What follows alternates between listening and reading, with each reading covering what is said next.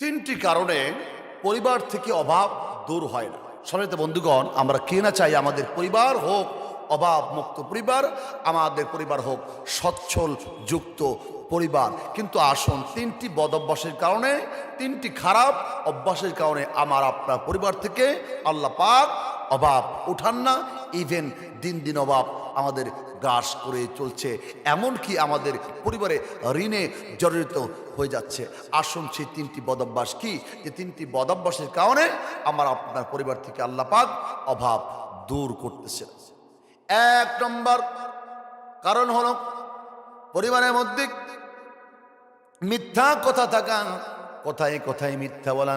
স্বামী স্ত্রীর কাছে মিথ্যা বলে, স্ত্রী স্বামীর কাছে মিথ্যা বলে, সন্তান পিতার কাছে মিথ্যা বলে, পিতা সন্তানের কাছে মিথ্যা বলে, মায়ের কাছে মিথ্যা বলে। কথায় কথায় যে সংসারে মিথ্যা কথা রয়েছে, আল্লাহ রাব্বুল আমিন ওই সংসারে কোনোদিন রহমত এবং বারাকাত দান করবে না। তার কারণ মিথ্যা হচ্ছে কবিরা গুনাহ। কবিরা গুনাহ ৭২টির মধ্যে একটি হচ্ছে মিথ্যা কথা বলা।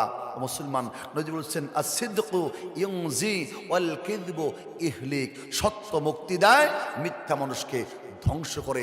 এজন্য আসুন, আজকের পর থেকে আমরা সত্য কথা বলবো, সৎ পথে চলবো, বলেও কিন্তু মিথ্যা কথা বলবো না। সংসারে মিথ্যা প্রচলন করবো না। স্বামী স্ত্রীর মধ্যে মিথ্যা কথা থাকলে, সন্তান পিতামাতার মধ্যে মিথ্যা কথা থাকলে, সেই সংসারে কোনোদিন বারাকাত আসবে না, ও রহমত আসবে না। বরঞ্চ দিন দিন রহমত এবং বারাকাত আল্লাহ পাক আসমানে উঠিয়ে নিয়ে যাবে। ২ নম্বর কারণটি হলো, ২ নম্বর বদভ্যাসটি হলো আপনার সংসারের মধ্যে নাশকারী থাকা, অর্থাৎ প্রত্যেকটা কাজকর্মে আল্লাহর শুকরিয়া আদায় না করা। আজকে আমরা মুখ দিয়ে আল্লাহর শুকরিয়া আদায় করতে পারি না।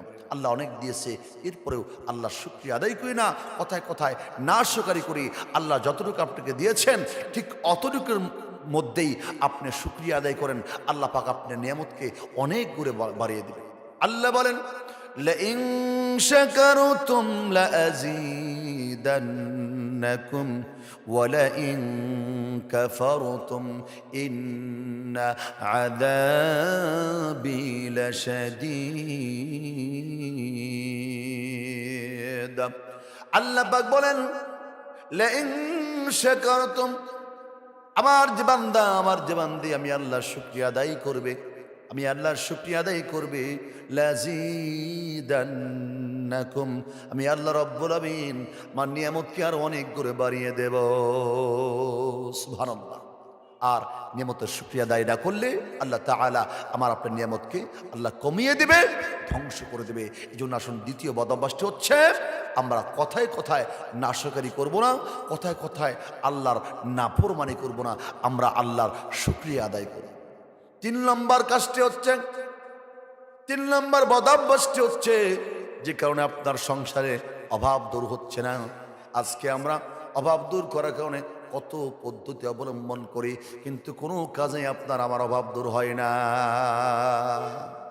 অর্থাৎ পরিবারের মধ্যে নামাজ না থাকা, স্ত্রী নামাজ পড়ে না, স্বামী নামাজ পড়ে না, সন্তান নামাজ পড়ে না, আজান হয়েছে ফজরে, সবাই ঘুমিয়ে কাটিয়ে দিচ্ছে। এই কারণে কিন্তু আপনার সংসার থেকে রহমত এবং বারাকাত আল্লাহ পাক উঠিয়ে নিচ্ছে। আপনার সংসারে, আপনার কামায়ে, আপনার ইনকামের মধ্যে রহমত এবং বরকত থাকতেছে না, আপনার রুজির মধ্যে আল্লাহ বারাকাত দিচ্ছে না। তার কারণ নামাজ না পড়ার কারণে। যে সংসারে স্বামী স্ত্রী দুজনেই ঘুমায় ফজরের সময়, সেই সংসারে কিভাবে বারাকাত আসতে পারে, কিভাবে আল্লাহর রহমত নাজিল করতে পারে? অথচ আল্লাহ পাক নিজে বলেছেন, ওয়া'মুর আহলাকা বিস-সালাতি ওয়াসতাবির আলাইহা।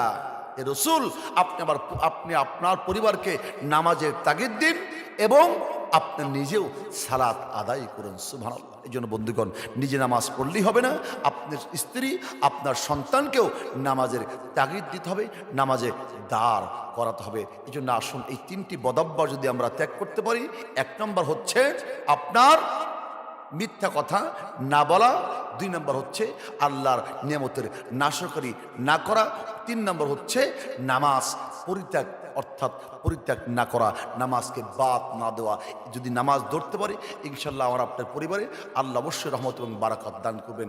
একজন ইমাম সাহেবের দিকে তাকান, 5-6 হাজার টাকা বেতন পেয়েও তাদের সংসার সুন্দর মতো আল্লাহ চালিয়ে নিচ্ছে। তারা ঋণগ্রস্ত নয়, তারা কত থেকে সুদ ঋণ আনে না। এই জন্য বন্ধুগণ একটু খেয়াল করি তাদের ইমান আর আমাদের ইমান কি, তাদের আমল আর আমাদের আমল কি।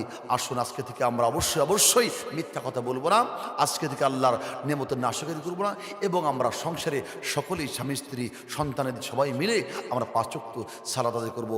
ইনশাল্লাহ আমাদের সংসার থেকে আল্লাহ অবশ্যই অভাব দূর করে দেবেন। আল্লাহ আমাদের সংসারে রহমত এবং বারাকত দান করবেন। আল্লাহ আমাদের সকলকেই দিনের সহিবুজ দান করুন।